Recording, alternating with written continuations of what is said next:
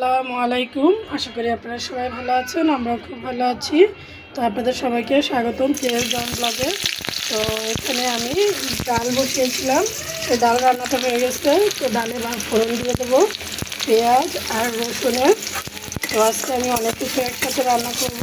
বসিয়া শাক ভাজি করবো, ছোটো গুঁড়া মাছ চচ্চড়ি করবো, পাঙ্গাস মাছ ভুনা করবো। আর ডাল তো রান্না হয়ে গেল। আপনারা সঙ্গেই থাকুন আর দেখতে থাকুন। আমার সব ভিডিওটি সম্পূর্ণ দেখার অনুরোধ রইল, আর আমার সঙ্গেই থাকবেন। তো প্রথমে আমি ডালটা সুন্দর করে বাগার দিয়ে নেবো। তো পেঁয়াজটা আমি সুন্দর করে লাল লাল করে তারপরে ডালে দিয়ে দেবো।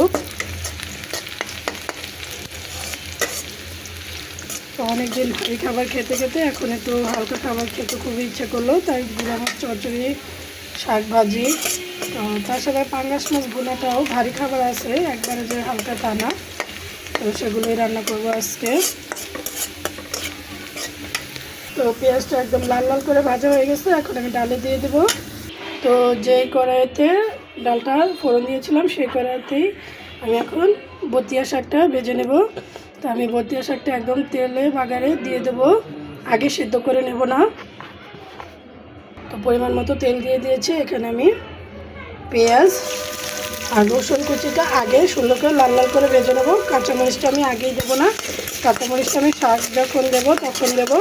এতে করে দেখা যাবে কি শাকটাও সবুজ সবুজ থাকবে, কাঁচামরিচটাও সেদ্ধ হবে এবং সবুজ সবুজ থাকবে, দেখতে খুব ভালো লাগবে এবং খেতেও খুব ভালো লাগবে। সেজন্য এখানে পেঁয়াজটা লাল লাল করে ভাজা হয়ে গেছে, এখন আমি বতিয়া শাকটা দিয়ে দেবো। বিসমিল্লাহির রহমানির রহিম।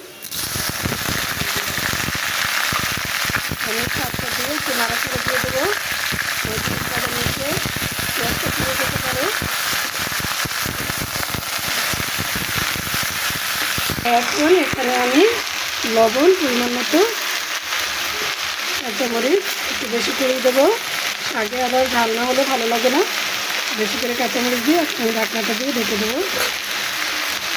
তো এই পাশে শাকটা হচ্ছে, আর এই পাশে আমি খালি একটা কড়াই নিয়ে নিয়েছি। এখানে আমি গুঁড়ো মাছ চচ্চড়ি করবো, সেজন্য পেঁয়াজ কুচি দিয়ে দিলাম। তারপরে দিয়ে দেবো কাঁচামরিচ, একটু ঝাল ঝাল করে করব। এখন দিয়ে দেবো আদা রসুন জিরা একসাথে বাটা। দিয়ে দেবো হচ্ছে আনাম একটা টমেটো কুচি। দিয়ে দেবো হচ্ছে 1 চামচ পরিমাণ মরিচের গুঁড়ো, 1 চামচ পরিমাণ হলুদের গুঁড়ো, স্বাদ মতন লবণ, আর দিয়ে দেবো হচ্ছে তেল। পরিমাণ মতো তেল দিয়ে এখন আমি ভালো করে হাত দিয়ে মাখিয়ে নেব, মাখিয়ে নেব।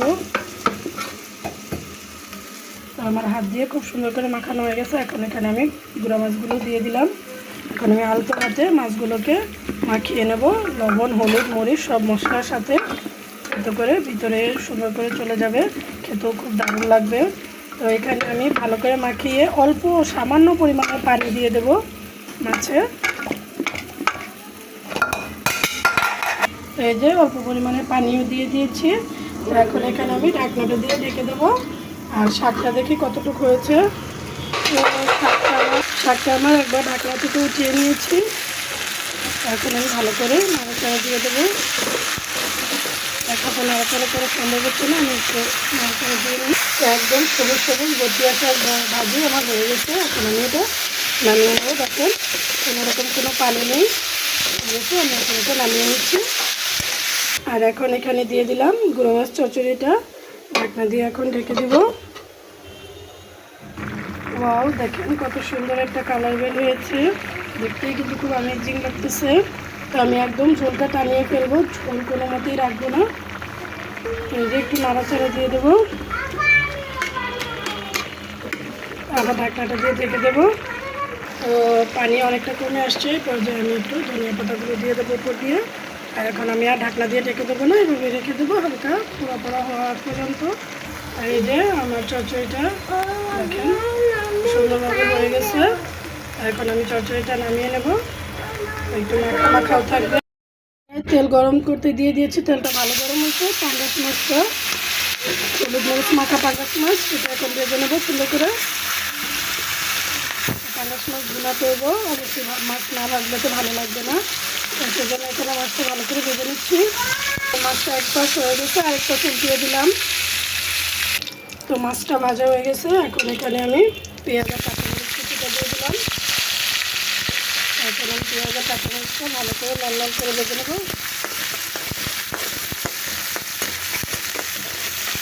তো এই পর্যায়ে এখন আমি আদা রসুন জিরা একসাথে বাটা, সে বাটাটা দিয়ে দেবো পরিমাণ মতো।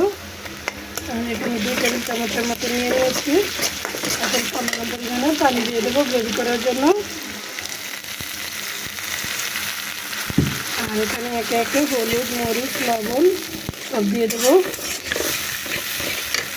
একে একে হলুদ মরিচ লবণ সব দিয়ে দিয়েছি। নাড়াচাড়া দিয়ে এখানে আমি একটা আনান টমেটোটাও দিয়ে দেবো।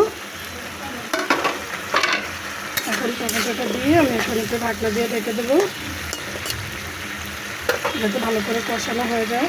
তো এখানে আমার কষানোটা খুব সুন্দরভাবে হয়ে গেছে। যখন টমেটোগুলো একদম গলে গেছে, আমার সামান্য পরিমাণ টমেটোগুলো একটু জ্বালিয়ে দেবো, তাহলে কিন্তু খেতে আরও খুব সুন্দর সসের মতো লাগবে। সুন্দর করে টমেটোগুলো একদম কষানোর সাথে মিশিয়ে দিচ্ছি।